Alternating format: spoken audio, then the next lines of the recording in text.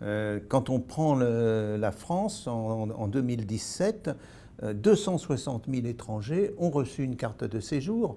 Voilà une chose quand même intéressante par rapport aux demandes d'asile qui ont été 100 000. C'est beaucoup, mais ce n'est pas beaucoup par rapport aux 260 000. Et dans le même temps, vous avez 200 000 Français qui ont quitté la France pour séjourner à l'étranger. Donc là aussi, il faut réintroduire ce point de vue, c'est-à-dire que beaucoup de Français sont à l'étranger, comme beaucoup d'étrangers sont en France.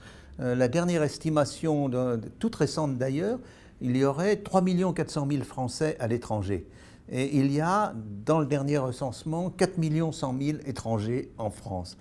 C'est quand même la preuve, ben voilà, on est mondialisé de ce point de vue-là, mais les Français qui partent à l'étranger, ils ont un nom spécial en France, on les appelle les expatriés, c'est l'idée, ils vont revenir. Mais quand l'expatrié arrive au Canada, on l'appelle un immigré, mais comme les autres, vous voyez. Donc c'est ce genre de questions aussi de vocabulaire, de questions d'information qui ne sont pas très compliquées à montrer, mais qu'il faut introduire dans le débat.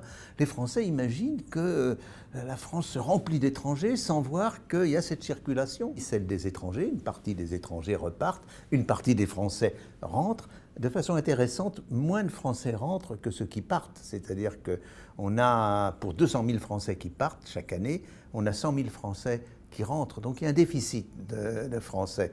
Et si on arrêtait net l'immigration, comme le veulent certains partis que je ne nommerai pas et qui changent de nom actuellement, eh bien, la population de la France commencerait à diminuer. Alors là, on entendrait des hurlements. Mais c'est ce genre de choses qu'il faut, à mon avis, présenter mieux que je le fais actuellement, mais qui n'est pas très difficile à présenter.